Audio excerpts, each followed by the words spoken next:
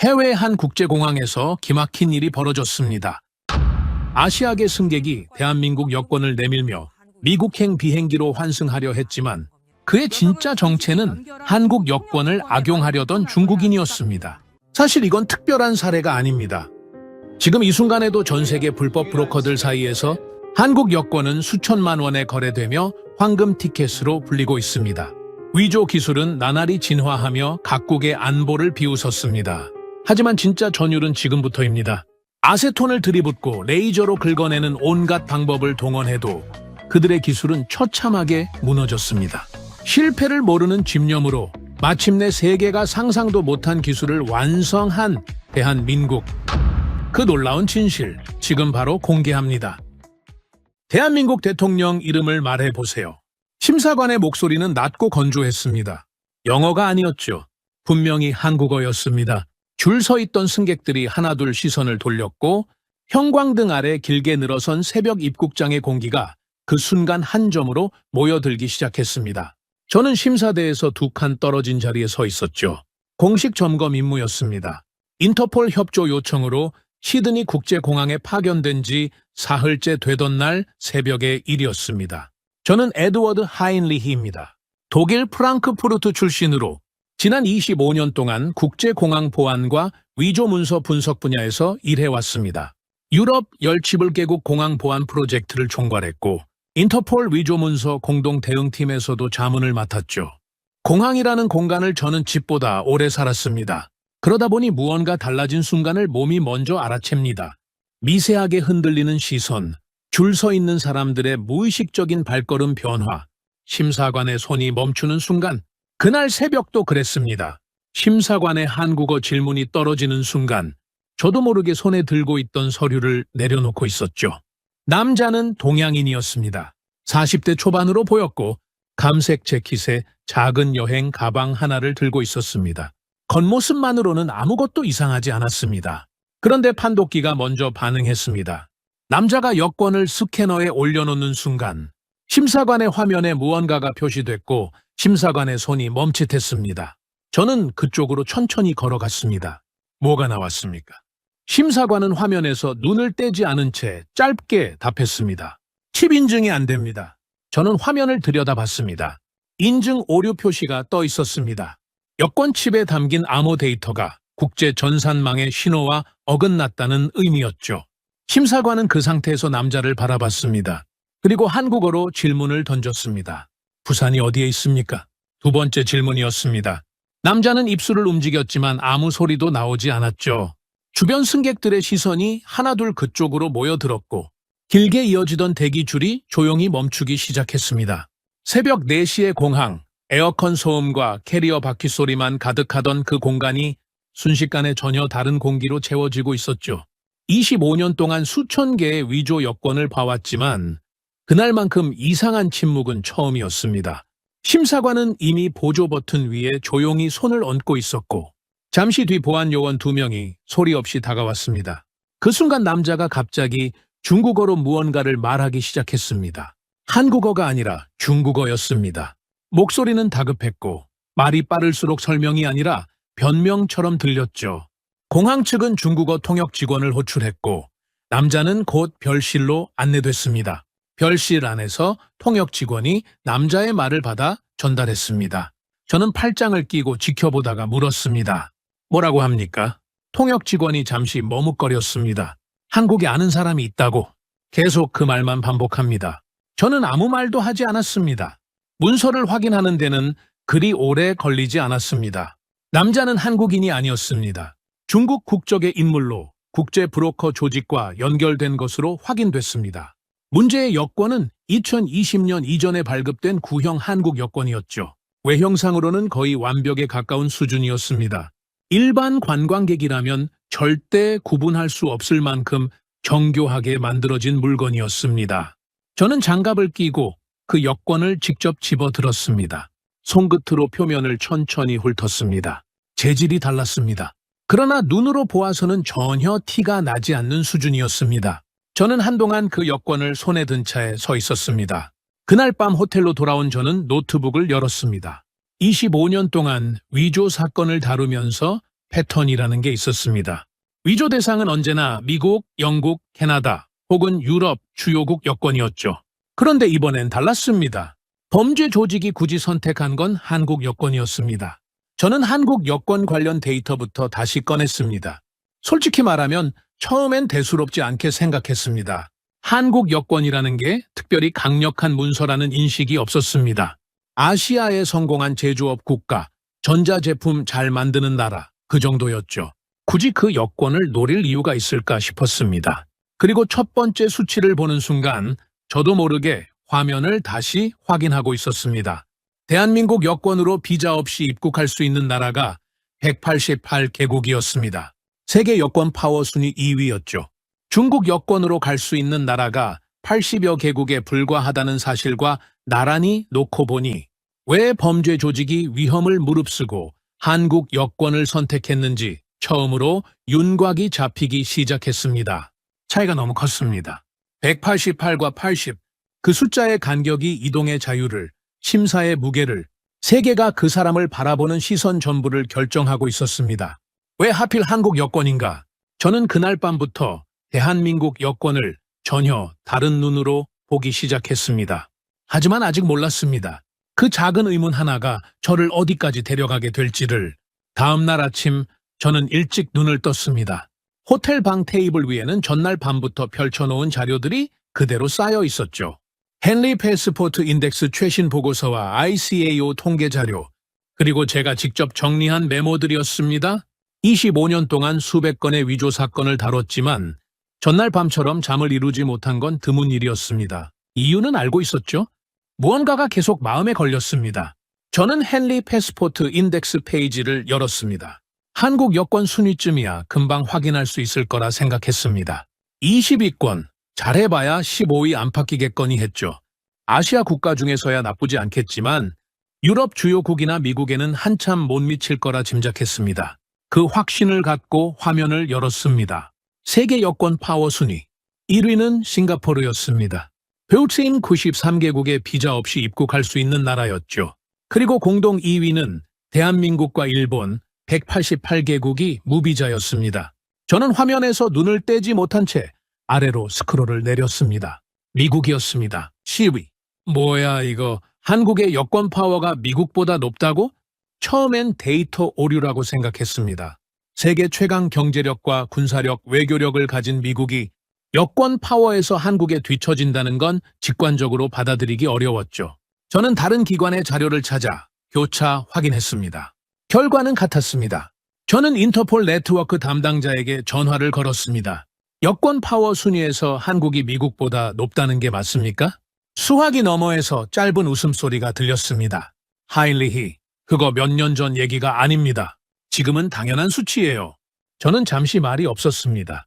이유가 뭡니까? 담당자의 목소리가 차분하게 이어졌습니다. 경제력 때문에 그런 게 아닙니다. 불법 체류율이에요. 한국인의 해외 불법 체류율과 범죄율은 유럽 평균보다 훨씬 낮습니다. 여권 파워를 결정하는 건 결국 그겁니다. 저는 전화를 끊고 유럽 주요 공항들의 입국 심사 데이터를 꺼냈습니다. 한국 여권 소지자에 대한 추가 질문 횟수, 별도 인터뷰 요청 비율, 장기 체류 전환율, 프랑스 샤를 드골 공항, 독일 프랑크푸르트 공항, 영국 히드로 공항, 어디를 봐도 수치들이 예외 없이 낮았습니다. 세계는 이미 한국인을 가장 안전한 여행자로 분류하고 있었죠. 저는 그것을 이제야 알게 됐습니다. 그리고 두 번째 전화를 걸었습니다. 인터폴 위조 문서 공동 대응팀 소속의 오래된 동료였습니다. 위조 한국 여권 건수가 최근 어떻습니까? 동료는 잠시 키보드를 두드렸습니다. 최근 몇 년 사이에 확연히 늘었습니다. 파나마, 알바니아, 동유럽 국경 검문소까지 퍼져 있어요. 다크웹에서 한국 여권 템플릿 거래도 활발하고요. 얼마에 거래됩니까? 동료가 짧게 답했습니다.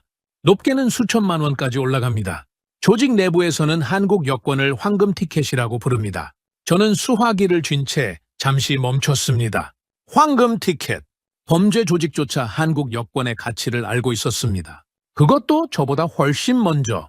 저는 자료를 덮고 창밖을 바라봤습니다. 그 순간 기억 하나가 떠올랐습니다. 수십 년 전 제가 프랑크푸르트 국제공항에서 처음 일을 시작하던 시절이었습니다. 당시 입국장엔 한국인들로 이루어진 긴 줄이 자주 보였죠. 비자 인터뷰를 기다리는 줄이었습니다. 당시 함께 일하던 선임 심사관이 귓속말로 말했던 게 기억납니다. 저 사람들 확실히 확인해야 해. 아직 개발도상국 사람들이니 불법 체류할 수 있거든. 저는 그 말을 당연하게 받아들였습니다. 그 시절엔 그랬습니다. 한국인은 별도 인터뷰를 받아야 하는 국적 중 하나였고 비자가 없으면 입국 자체가 어려웠죠. 긴 줄 끝에서 차례를 기다리던 사람들의 표정이 지금도 기억납니다. 불안하고 지쳐 있었습니다. 말은 통하지 않았고 기다림은 길었습니다. 그런데 지금 그 나라 여권이 세계 2위였습니다. 유럽 공항에서 가장 신뢰받는 여권 중 하나였고 범죄 조직이 수천만 원을 주고 손에 넣으려는 물건이었죠. 불과 30년 만의 일이었습니다. 저는 한동안 창밖을 바라보다가 다시 화면으로 눈을 돌렸습니다. 대한민국 여권은 단순한 여행 문서가 아니었습니다. 세계가 그 나라와 그 나라 국민을 어떻게 바라보는지를 담은 문서였죠. 하지만 저는 아직 이해하지 못하고 있었습니다. 세계가 이렇게까지 한국을 신뢰하게 된 이유가 단순히 국민성 때문만은 아닐 것이었습니다. 뭔가 더 있었죠. 저는 위조 한국 여권 관련 사건 파일들을 다시 펼쳤습니다. 파나마, 알바니아, 동유럽, 그리고 다크웹 거래 기록들, 범죄 조직이 황금 티켓을 노리는 방식을 따라가다 보면 그 여권이 얼마나 단단한 물건인지가 드러날 것이었습니다. 중앙 아메리카 파나마, 북미와 남미를 잇는 길목에 자리한 이 나라의 공항은 전 세계 위조 여권 사건이 가장 많이 터지는 곳 중 하나입니다. 미국 입국을 노리는 브로커 조직들이 반드시 거쳐가는 경유지이기 때문이죠. 그 파나마에서 한국 여권을 든 중국인이 적발됐다는 보고서가 도착한 건 다음 날 오후였습니다. 인터폴 시스템을 통해 전달된 자료에는 공항 CCTV 영상, 심사 기록, 그리고 압수된 여권 사진들이 담겨 있었죠. 저는 분석실 문을 닫고 파일을 펼쳤습니다. 영상 속 남자는 침착해 보였습니다. 줄을 서는 방식도, 가방을 드는 모습도, 심사대에 다가가는 걸음걸이도 이상하지 않았습니다. 여권을 내미는 손조차 떨리지 않았죠. 하지만 심사관이 한국어로 한마디를 던지는 순간 모든 것이 달라졌습니다. 남자의 눈이 미세하게 흔들렸고 입이 열렸다 닫혔습니다. 대답이 나오지 않았죠. 남자는 여권보다 행동에서 먼저 들켰습니다. 저는 이 파일을 담당했던 인터폴 요원에게 전화를 걸었습니다. 여권 위조 수준은 어떠했습니까? 요원의 목소리는 건조했습니다. 외형만 보면 거의 완벽했습니다. 홀로그램, 인쇄 품질, 색상까지 흉내를 냈어요. 하지만 판독기를 통과하는 순간 칩 인증이 안 됐습니다. 칩 복제를 시도하지 않았습니까? 했습니다. 하지만 한국 전자여권 칩에 심겨진 암호키가 ICAO 국제망과 실시간으로 연동되는 구조라 복제 자체가 의미가 없었습니다. 가짜 칩을 넣어봤자 0.1초 만에 오류가 뜨는 구조였죠. 저는 전화를 끊고 자리에 앉은 채 잠시 천장을 바라봤습니다. 파나마만의 이야기가 아니었습니다. 알바니아에서도 동유럽 국경 검문소에서도 유사한 사건이 잇따르고 있었죠. 관련 보고서들을 펼치자 건수가 생각보다 훨씬 많았습니다. 그리고 그 안에서 이상한 것 하나를 발견했습니다. 유럽 일부 국경 검문소 심사관들끼리 돌려보는 비공식 내부 문건이 있었습니다. 제목은 단순했습니다. 한국어 확인 질문 리스트. 저는 그 문건을 열었습니다. 대한민국 역대 대통령 이름을 말씀해 보세요. 부산은 어디에 위치해 있습니까? 다음 중 가수가 아닌 사람을 고르세요. 저는 리스트를 읽다가 손을 멈췄습니다. 세계 공항 심사관들이 한국 여권 소지자를 걸러내기 위해 한국어 문제집을 돌려보고 있었습니다.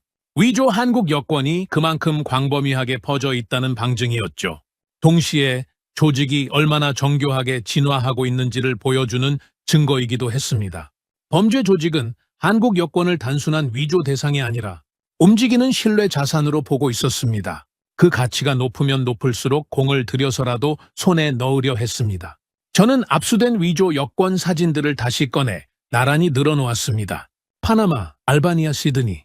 세 건 모두 2020년 이전에 발급된 구형 여권을 대상으로 했습니다. 위조 수준은 매년 높아지고 있었습니다.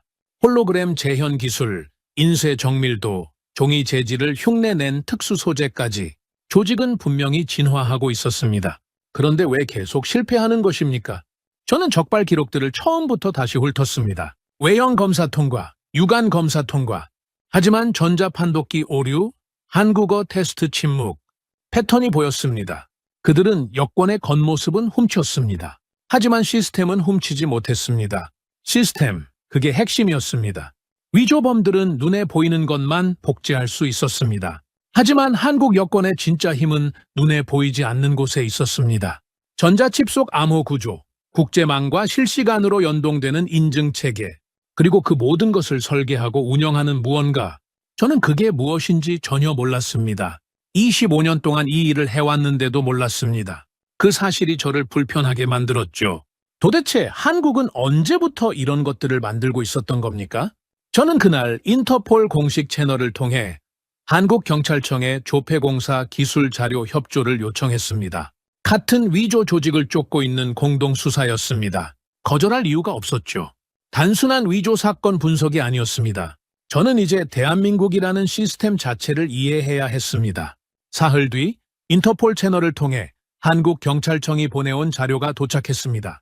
두툼한 봉투 안에는 한국 차세대 전자여권 보안 기술 자료 일체가 들어있었죠. 저는 프랑크푸르트 보안 분석실로 자리를 옮겼습니다. 장갑을 끼고 봉투를 열었습니다. 처음엔 여느 기술 문서와 크게 다르지 않아 보였습니다. 보안 강화, 위조 방지, 국제 표준 준수, 어느 나라 여권 자료에서도 볼 수 있는 표현들이었죠. 저는 천천히 페이지를 넘기기 시작했습니다. 그런데 첫 장을 넘기는 순간 무언가 달랐습니다. 한국은 2020년 차세대 전자여권을 도입하면서 여권에서 가장 중요한 페이지, 사진과 이름, 생년월일이 새겨진 정보면의 소재를 종이에서 폴리카보네이트로 바꿔버렸습니다. 폴리카보네이트, 방탄유리와 항공기 부품에 쓰이는 초고강도 플라스틱 소재였습니다. 저는 그 대목을 2번 읽었습니다. 종이가 아니라 플라스틱이라는 뜻이었습니다. 위조범들이 가장 많이 쓰는 방식이 아세톤으로 표면을 녹여 정보를 지운 뒤 다시 인쇄하는 것이었는데 플라스틱 소재로 바꾸는 순간 그 방법 자체가 원천 차단됐습니다. 층 분리도, 사진 교체도, 표면 수정도 사실상 불가능했죠. 한국은 아예 종이를 버려버렸습니다. 저는 실제 신형 여권 샘플을 확대 장비 아래에 올려놓았습니다. 정보면을 천천히 들여다봤습니다. 사진과 글자가 표면에 인쇄된 게 아니었습니다. 플라스틱 내부 깊숙이 새겨져 있었습니다. 조폐공사는 초정밀 레이저 각인 기술을 사용해 정보를 소재 안쪽으로 태워넣고 있었죠. 화학약품을 들이부어도 긁어도 열을 가해도 정보가 사라지지 않는 구조였습니다. 저는 확대 화면을 바라보다가 장갑 낀 손가락으로 표면을 한번 눌러봤습니다. 단단했습니다. 이건 문서가 아니었습니다. 보안 장비였습니다. 독일도 이 정도는 아닌데 그 생각이 머릿속을 스치는 순간 저는 애써 무시하려 했습니다. 하지만 보고서는 계속 이어졌습니다. 다음 페이지에는 CLI 기술이 설명돼 있었습니다. 지속 가변 잠상, 여권을 기울이는 각도에 따라 사진과 여권 번호가 교차하며 나타나는 광학 보안 기술이었죠. 저는 샘플 여권을 집어들고 천천히 기울여 봤습니다. 화면 속 얼굴이 나타났다 사라지고 숫자가 그 자리를 채웠습니다. 다시 기울이자 얼굴이 돌아왔습니다. 단순한 홀로그램이 아니었습니다. 정밀하게 설계된 광학 구조물이었죠. 그리고 보고서 마지막 실험 항목에서 저는 손을 멈췄습니다. 자외선 조명을 켜는 순간이었습니다. 여권 위로 자외선을 비추자 육안으로는 전혀 보이지 않던 것들이 일제히 나타났습니다. 대한민국 전통 문양, 특수 형광 패턴, 미세한 글자들이 여권 전면에 펼쳐졌습니다. 저는 한동안 그 장면을 바라봤습니다. 같은 여권이었습니다. 그런데 조명 하나가 바뀌자 완전히 다른 물건이 됐습니다. 여권 속에서 또 다른 대한민국이 나타나고 있었습니다. 나노 홀로그램 기술이었습니다. 보고서에 따르면 전 세계에서 이 기술을 보유한 곳은 단 3곳뿐이었습니다. 저는 보고서 전체를 다시 펼쳤습니다. 처음부터 끝까지. 폴리카보네이트 소재, 레이저 각인, CLEI, 나노 홀로그램, 미세 문자, 형광잉크, 다층 보안 패턴, 보안 섬유. 하나씩 세어보니 35개였습니다. 위조 방지 장치가 단일 여권에 35개나 복합 적용돼 있었습니다. 위조범이 그중 하나를 흉내내면 나머지 34개가 걸러내는 구조였죠. 이건 하나의 기술이 아니었습니다. 산원 5개의 함정이었습니다. 저는 의자에 등을 기댔습니다. 파나마에서, 알바니아에서, 시드니에서 위조범들이 왜 계속 실패했는지 이제야 완전히 이해됐습니다. 그들은 눈에 보이는 것만 복제했습니다. 하지만 한국조폐공사는 눈에 보이지 않는 곳에 36개의 장벽을 쌓아두고 있었습니다. 위조범들은 그 존재조차 몰랐을 겁니다. 저도 오늘 이 보고서를 받기 전까지는 몰랐으니까요. 그날 저는 처음으로 한국조폐공사를 전혀 다른 눈으로 보기 시작했습니다. 보고서를 덮고 나서도 한 가지 의심이 남아 있었습니다. 소재가 강하다는 건 인정했습니다. 레이저 각인도 나노 홀로그램도 35개의 보안 장치도. 하지만 결국 핵심은 칩이었습니다. 저는 한국경찰청에 칩 구조 분석 자료를 추가로 요청했습니다. 진짜 문제는 이제부터였습니다. 디지털 시대의 여권의 진위를 가르는 건 눈에 보이는 소재가 아니라 칩 속에 담긴 데이터였죠. 그리고 칩은 이론상 복제가 가능한 영역이었습니다. 저는 한국전자여권 칩 분석을 추가로 요청했습니다. 진짜 문제는 이제부터였습니다. 분석 결과를 가져온 건 저와 오랫동안 함께 일해온 기술 전문가였습니다. 그는 자료를 테이블 위에 펼치며 말했습니다. 칩 복제 시도했습니다. 데이터 자체는 읽혔습니다. 복사도 됐고요. 저는 팔짱을 꼈습니다. 그럼 복제가 가능하다는 겁니까? 그는 고개를 저었습니다. 복사는 됩니다. 하지만 의미가 없습니다.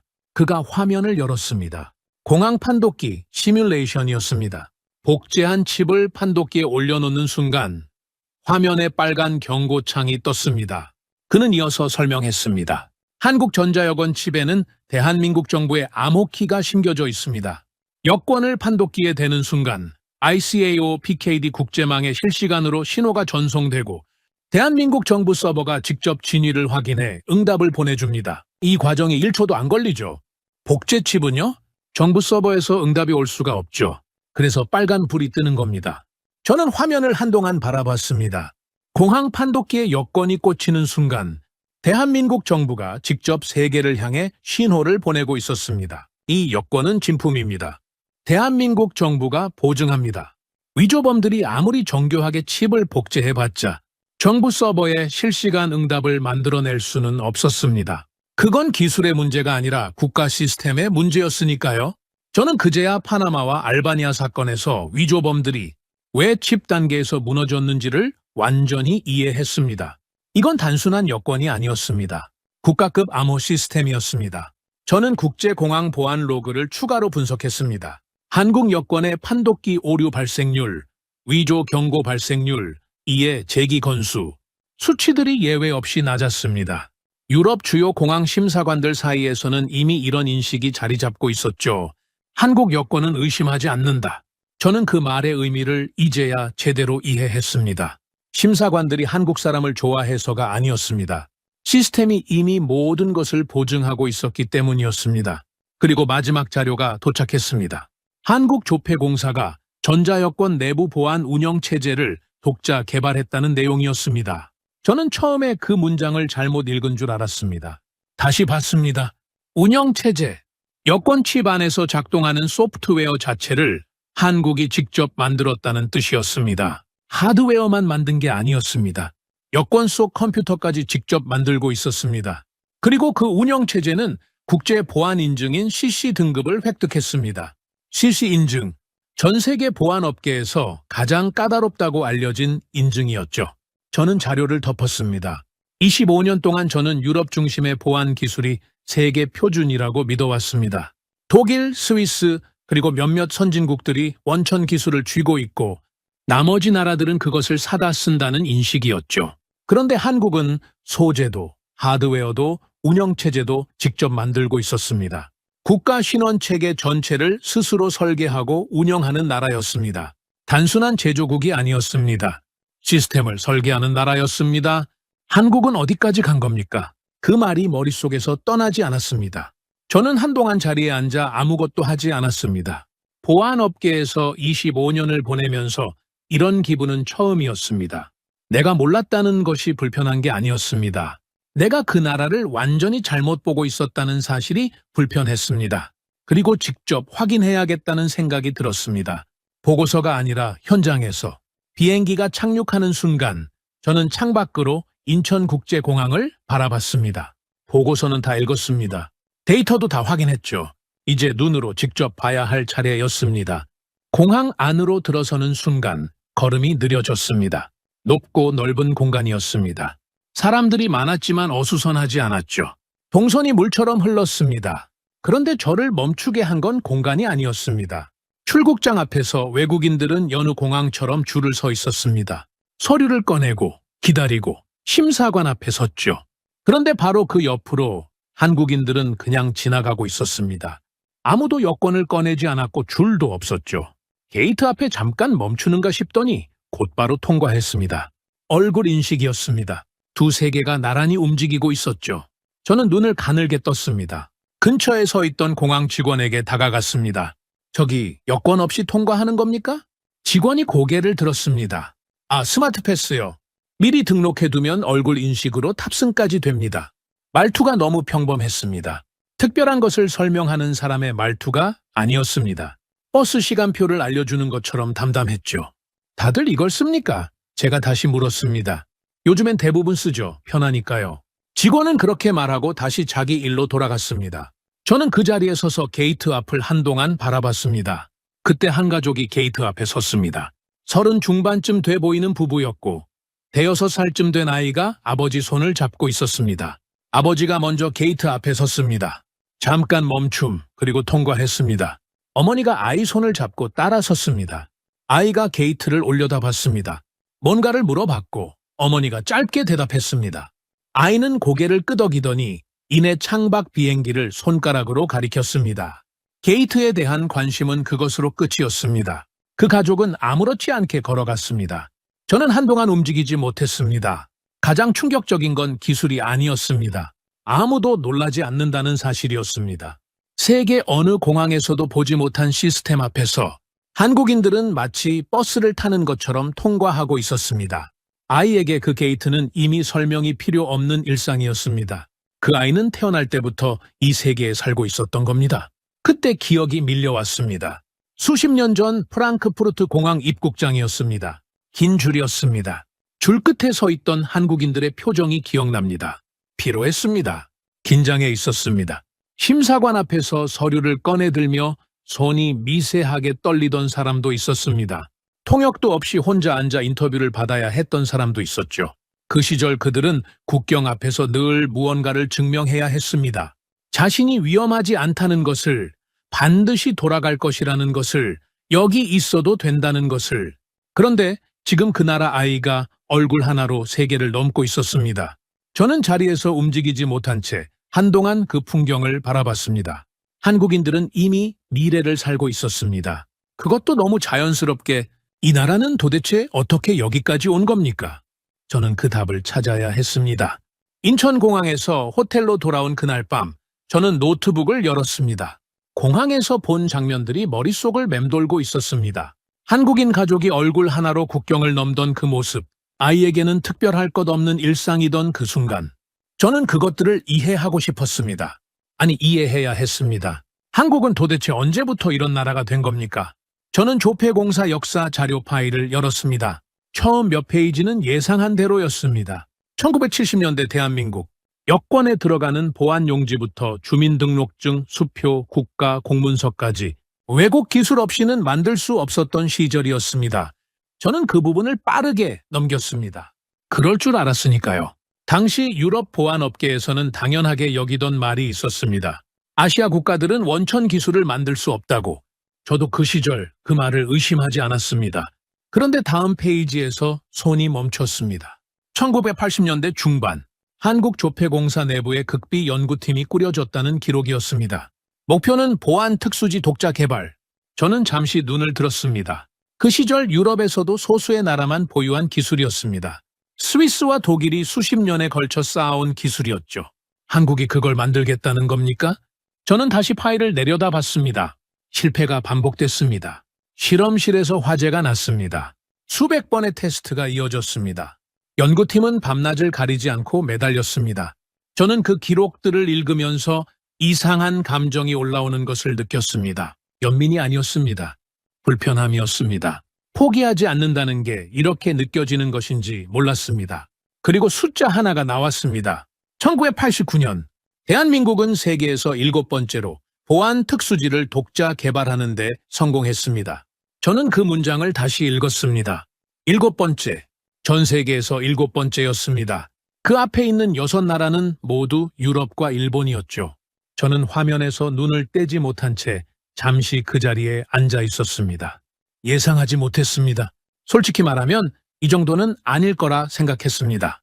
자료는 계속 이어졌습니다. 이후 한국은 마이크로 패턴, 형광 섬유, 다층 보안 구조, 홀로그램 기술을 독자적으로 진화시켜 나갔습니다. 그리고 어느 시점부터 세계가 반응하기 시작했습니다. 싱가포르 정부가 자국 여권 보안 강화를 위해 전 세계 기술을 평가했을 때 최종 선택이 한국이었습니다. 전 세계를 평가하고 한국을 택했다는 말이었죠. 브루나이, 방글라데시, 동남아 여러 나라들이 뒤를 이었습니다. 심지어 독일의 보안 인쇄 회사가 한국조폐공사에 협업을 요청하기 시작했다는 기록도 있었습니다. 저는 파일을 계속 넘겼습니다. 그리고 마지막 페이지에서 멈췄습니다. 현재 보안 소재 원천 기술을 보유한 나라, 스위스, 독일, 일본, 그리고 대한민국. 저는 그 줄을 읽고 멈췄습니다. 다시 읽었습니다. 또 읽었습니다. 화면 속 글자는 바뀌지 않았습니다. 저는 천천히 안경을 벗었습니다. 그리고 다시 화면을 바라봤습니다. 독일 옆에 대한민국이 나란히 있었습니다. 제 나라 옆에 같은 자리에 25년 전 기억이 떠올랐습니다. 젊은 시절 선배 동료가 아무렇지 않게 하던 말이었습니다. 아시아 국가들은 원천 기술을 만들 수 없어. 저도 그 말을 믿었습니다. 의심조차 하지 않았습니다. 그게 세계의 질서라고 생각했습니다. 그런데 그 질서가 바뀌어 있었습니다. 누군가 인정해줘서가 아니었습니다. 수백 번 실패하고 화재 속에서도 포기하지 않고 밤낮 없이 매달린 끝에 스스로 만들어낸 자리였습니다. 저는 한동안 화면에서 눈을 들지 못했습니다.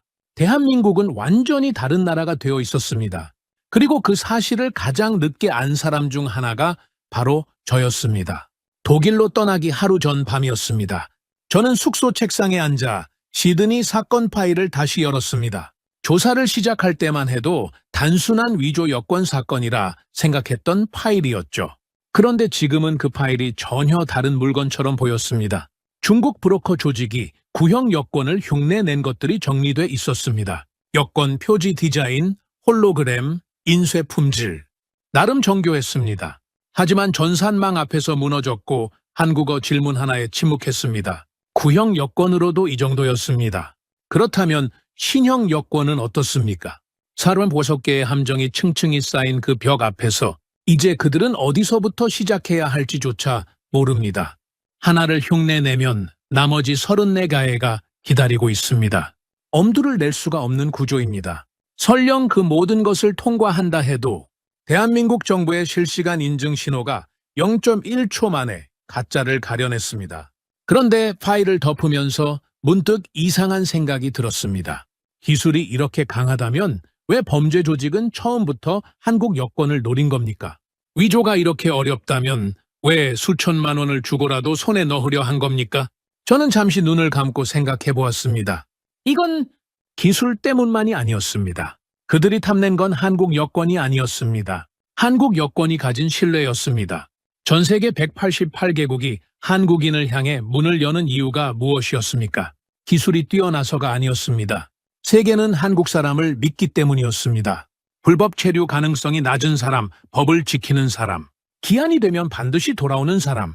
수십 년 동안 세계 곳곳에서 한국인들이 쌓아온 행동의 결과가 지금 188개국이라는 숫자로 새겨져 있었습니다.